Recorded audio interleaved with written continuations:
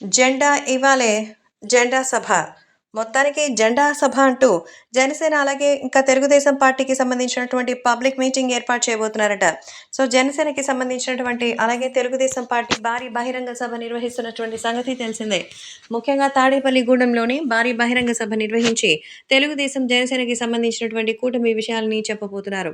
కాబట్టి ఈ బహిరంగ సభలో భాగంగా పవన్ కళ్యాణ్ ఇంకా మిగతా సీట్ల గురించి ఏం చెప్పబోతున్నారు?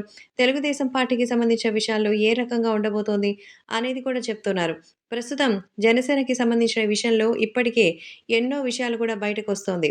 ఏది ఏవైనా అభిమానులు కూడా వీటికి సంబంధించిన విషయం తెలుసుకొని ఒక్కసారిగా అందరూ షాక్ అవుతున్నారు. సో, కులాన్ని తాకట్టు పెట్టుకునేటువంటి ఆయన ప్యాకేజ్ ఇస్తారా?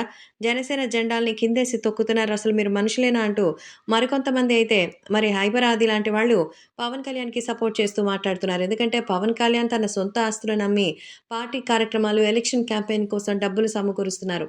వీళ్ళని ఏమనాలో మరి ఒక్కసారి ఆలోచించండి. టికెట్ లేనంత మాత్రాన, మీకు అనుకూలంగా రానంత మాత్రాన జనసేనకి జై అన్న వాళ్ళు కాస్త ఇప్పుడు పార్టీ జెండాలు తొక్కుతున్నారంటే అసలు మీరు మనుషులేనా అంటున్నారు. మరి అలాగే ఒక పక్క తెలుగుదేశం పార్టీ. తెలుగుదేశం పార్టీలో కూడా అసంతృప్తులు. చంద్రబాబు మోసం చేశారని, పవన్ కళ్యాణ్‌తో లాలుచీలు పడుతున్నారని, అసలు పవన్ కళ్యాణ్ అవసరమా అని. కానీ దీనికి ఈరోజు క్లారిటీ వస్తుంది. కాబట్టి తెలుగుదేశం, జనసేన మోటో వైసీపీని ఓడించడమే. కాబట్టి ఫస్ట్ తెలుగుదేశం పార్టీ, జనసేన కూటమిని గెలిపించుకుందాం. తర్వాత మిగతావి డిసైడ్ చేసుకుందాం అంటున్నారు తెలుగుదేశం అభిమానులు.